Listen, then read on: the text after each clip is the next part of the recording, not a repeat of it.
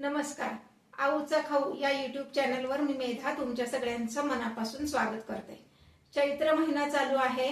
गुढीपाडव्यापासून म्हणण्यापेक्षा गौरीची तीज जी असते तेव्हापासून अक्षय तृतीयेपर्यंत महिनाभर आपण चैत्र गौरीचा हळदी कुंकू करतो. आणि या चैत्र गौरीच्या हळदी कुंकवाला आंब्याची डाळ आणि कैरीचं पन्ह हे दोन पदार्थ नक्कीच केले जातात. आंब्याच्या डाळीचा व्हिडिओ मी ऑलरेडी अपलोड केलेला आहे, तो बघा. आंब्याची डाळ कशी करायची ते. आज मी तुम्हाला दाखवणार आहे केशरयुक्त कैरीचं पन्ह कसं करायचं. चला तर रेसिपी बघूयात. हे पहा, इथे मी 3 कैऱ्या घेतलेल्या आहेत.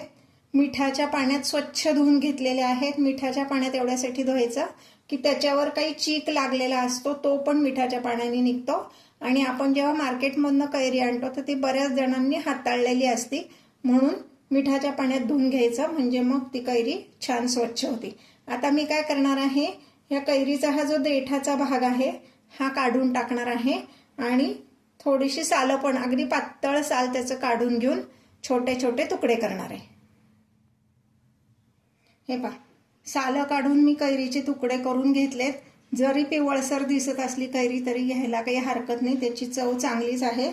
आता मी ह्यामध्ये 1 भांडभर पाणी घालणार आहे आणि कुकरला लावून 4 शिट्ट्या करून घेणार आहे.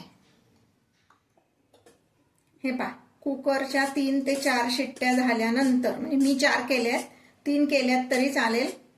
हे हा असा पल्प तयार झालाय. तरी पण हा मी आता मिक्सरमधनं काढून घेते, म्हणजे तो एकसंध होईल. हे कुकरच्या शिट्टी झाल्यानंतर समजा असं काही वाटलं की असं पोळीचा भाग त्यात राहिलेला आहे तर हा आपण काढून टाकणार आहोत. हा असाच जर आपण मिक्सरमधनं काढला तर थोडासा कडवट होऊ शकतो पल्प, म्हणून हे असं काही असेल तर काढून टाकायचं. हे पहा, अशा पद्धतीने पल्प तयार झालेला आहे. आता आपण हा मोजून घेणार आहोत. एका बाउलनी किंवा भांड्यानी कशाने मोजून घ्या तुम्ही.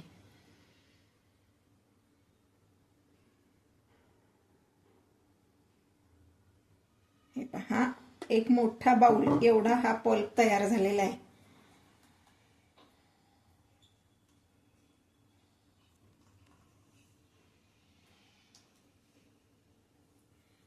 आता आपण ह्यामध्ये गूळ घालणार आहोत. गूळ बारीक चिरून घ्यायचा आहे आणि ज्या भांड्याने आपण पल्प मोजलाय त्याच भांड्याने आपण जेवढा पल्प असेल तेवढाच गूळ घ्यायचा आहे. ही कैरी आंबट होती म्हणून जेवढ्याच तेवढा घेतलाय. तुम्ही तोतापुरीची कैरी वापरलीत तर निम्माच लागतो. ही आंबटवाली कैरी आहे.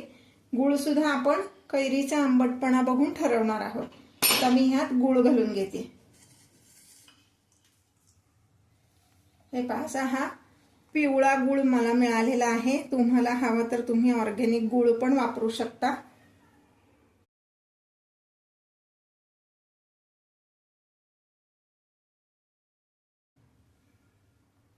हे पहा, असा हा 1 वाटी एवढा गूळ मी ह्यात घालून घेते. लागलं तर चव बघून आपण नंतर गुळाचं प्रमाण वाढवू शकतो.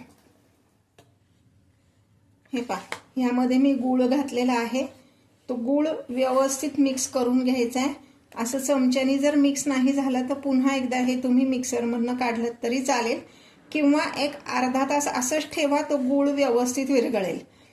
मला आता जरा घाई आहे त्यामुळं मी हे पुन्हा एकदा गुळासहित मिक्सरमधनं काढणार आहे.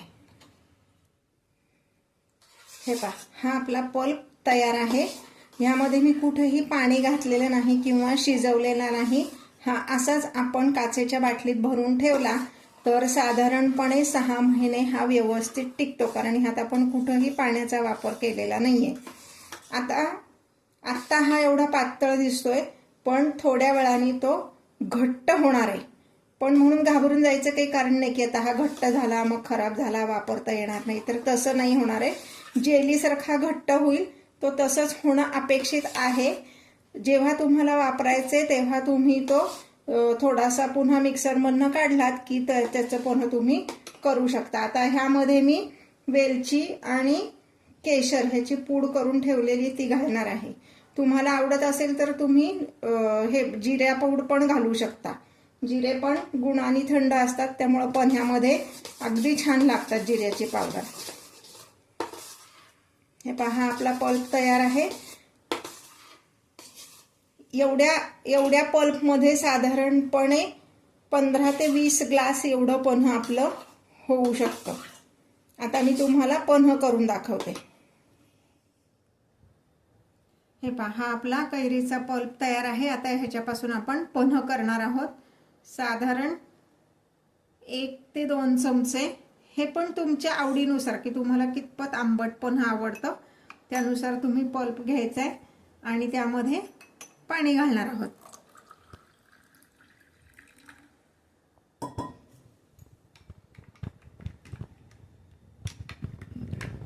व्यवस्थित ढवळून घ्यायचे. आपण ह्या पल्पमध्ये मीठ घातलेलं नव्हतं त्यामुळे आपण ग्लासमध्येच मीठ घालणार आहोत.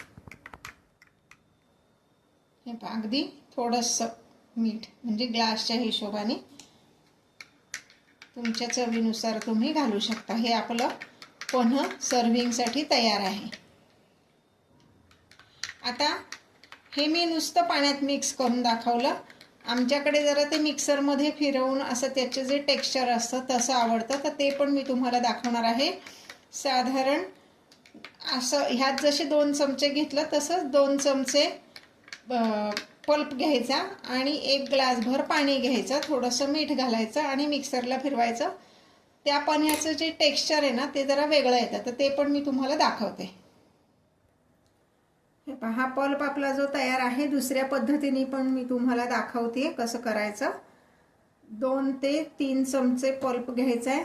हे पण तुमच्या आवडीनुसार तुम्ही घ्यायचे आणि मिक्सरच्या भांड्यात घातलंय मी. हे चवीप्रमाणे मीठ घालणार आहे आणि साधारणपणे 1.5 ग्लास एवढं पाणी घालणार आहे, म्हणजे 2 ग्लास पन्ह आपलं तयार होईल. आपण जेव्हा हे मिक्सरमधनं काढतो ना तर त्याचं टेक्स्चर जरा वेगळं येतं. तर आमच्याकडे तसं आवडतं म्हणून मी हे मिक्सरमधनं काढणार आहे. तुमच्याकडं नुसतं मिक्स करून आवडत असेल तसं केलं तरी चालेल. हे पहा, तुम्हाला रंगातला पण फरक जाणवेल आणि टेक्स्चरचा पण फरक जाणवेल. हे जरा असं थोडंसं काय फुलल्यासारखं किंवा उसाच्या रसासारखा ह्याचा रंग दिसतो. टेस्टमध्ये पण फरक पडतो थोडासा.